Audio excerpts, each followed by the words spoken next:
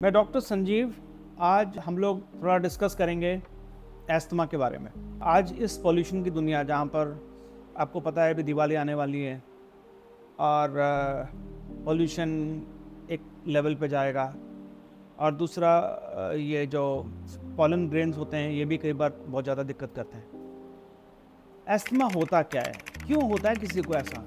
पहली बात तो ये जिन बच्चों को एस्थमा है वो इम्यूनिटी डाउन वाले बच्चे नहीं हैं, उनकी इम्यूनिटी कम नहीं है। फ़र्क सिर्फ इतना है उनकी बॉडी सेम इन्वायरमेंट को कुछ अलग ढंग से रिएक्ट कर रही है। मतलब कि यह छोटा एग्जाम्पल दूसरे तरीके से बताऊंगा कि मान लो कोई मौसम है, अचानक बहुत तेज ठंडी हवा चली या कोई ठंडी हवा चली तो कुछ लोग बहुत सीरियस बीमार हो जाएंगे, वो बहुत कम लोग होंगे।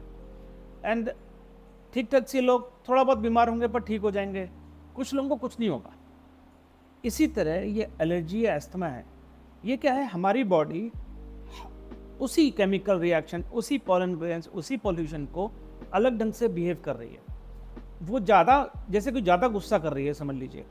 जैसे हम ऐसा बोलें कि जिनको एस्थमा होता है उनकी नॉर्मल सांस की नली हमारी ऐसी गोल और इक्वल अच्छे से हवा पास होती है और देखो स्वेलिंग बिल्कुल नहीं है इसमें। और जब जिन बच्चों को एस्थमा होता है, जिन लोगों को एस्थमा होता है, उनकी सांस की नली थोड़ी सी स्वलन होती है और वो कैलिबर उनका छोटा हो जाता है। आपको थोड़ा सा याद होगा तो बर्नौलीज थ्योरम के हिसाब से R⁴ मतलब जरा सा रेडियस कम किया आपने तो फ्लो आपका बहुत कम हो जाता है।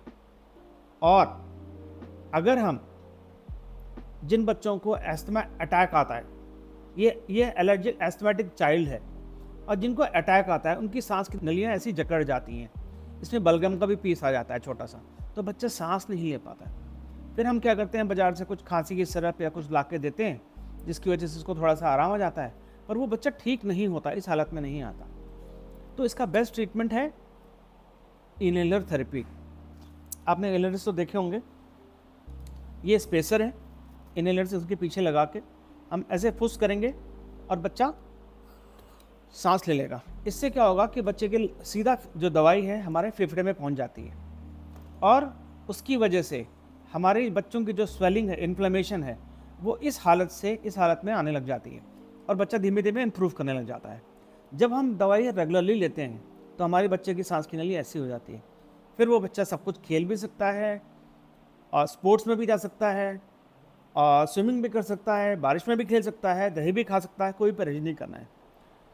क्योंकि ये बच्चों के लिए बड़ा ट्रॉमेटिक है, फैमिली के लिए बड़ा ट्रॉमेटिक होता है कि जब बच्चे कुछ भी ज़रा से खांसी जुकाम हुआ तो दही मत खाओ, ठंडा पानी नहीं पियो, बारिश में नहीं जाना है, स्विमिंग नहीं करना है, तो हम बहुत सारी पाबंदियाँ उनके ऊपर लगाने लग जाते हैं। तो हमें इस बात को समझना होगा कि उसकी बॉडी थोड़ी सी डिफरेंट है, वो बीमार बच्चा नहीं है। तो अगर हम इनहेलर्स दे रहे हैं, अगर किसी बच्चे को इनहेलर दिया, हमने इनहेलर लिया, शेक किया 1 मिनट तक, उसको पीछे लगाया और बच्चे को बोला कि सांस छोड़ दो,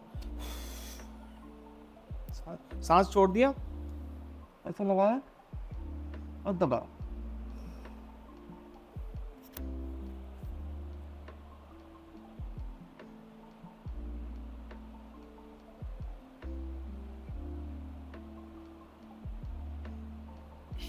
कम से कम 10 सेकंड तक सांस वो रोक ले अगर, तो बच्चे के फेफड़े में दवाई पहुंच जाती है। पर छोटे बच्चे अगर सांस नहीं रोक पाते हैं या हमारे कमांड फॉलो नहीं करते हैं तो हम उनको डायरेक्टली लगा के हम स्पेसर से दवाई दे देंगे, तो दवाई इसके अंदर आ जाती है और वो बच्चों को मिल जाती है।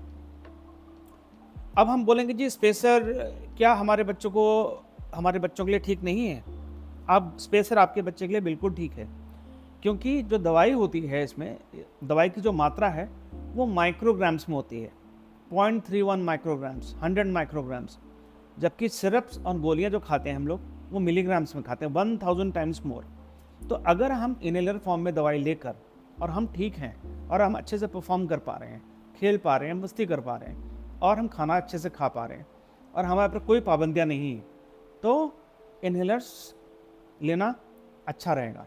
मैं सब पेरेंट्स को ये बताना चाहता हूँ कि अगर किसी डॉक्टर ने आपके बच्चे को इनहेलर बताया तो आप ये मत सोचिए कि मेरा बच्चा बहुत डिपेंडेंट हो जाएगा।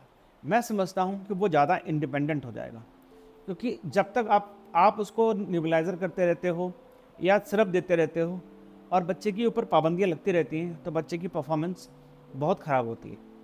और उसके ऊपर मेंटल प्रेशर भी बहुत रहता है कि वो नॉर्मल बच्चे की तरह नहीं है वो, जबकि वो बच्चा बिल्कुल नॉर्मल होता है। और आपको मैं बता दूं, बहुत सारे स्पोर्ट्स पर्सन, वर्ल्ड के top class sports person, top class actors asthmatic हैं, परंतु वो बिल्कुल नॉर्मल ज़िंदगी जीते हैं, खूब अच्छे से भागते हैं, जो मर्जी खाते हैं। तो मेरा जस्ट हर पेरेंट को यही बताना है कि इनहेलर्स सही है, इसको लें अगर बच्चे को ज़रूरत है, अगर किसी डॉक्टर ने प्रिस्क्राइब किया है, आप इसको एक्सेप्ट करने में मना मत करें। अब लोग बोलते हैं अक्सर कि साहब एस्थमा तो पहले लोगों को होता नहीं था, अब ज़्यादा होने लगा। मैं कहता हूँ पहले भी होता था, पर हम पहले इन बीमारियों के लिए हम डॉक्टर के पास जाते ही नहीं थे। अब हमारे पास फैसिलिटीज़ हैं, हमारे पास डॉक्टर्स हैं, हम जाते हैं और थोड़ी थोड़ी खांसी जिसकी वजह से रात को सो नहीं पाता है बच्चा, या कुछ ऐसी परेशानी जिसकी वजह से हम डॉक्टर के पास जाते हैं, तो डॉक्टर्स ट्रीटमेंट देते हैं। पहले ये बच्चे किसी दिन अचानक सीरियस होते थे, उनकी जान को खतरा होता था, हो सकता है उनकी जान भी चली जाती रही होगी। तो जब से हमारा मॉडर्न ट्रीटमेंट चालू हुआ है, धीमे धीमे हम इन बच्चों को इनहेलेशन थेरेपी से हम बेहतर मैनेज कर पा रहे हैं और उनकी ज़िंदगी को बचा पा रहे हैं। धन्यवाद।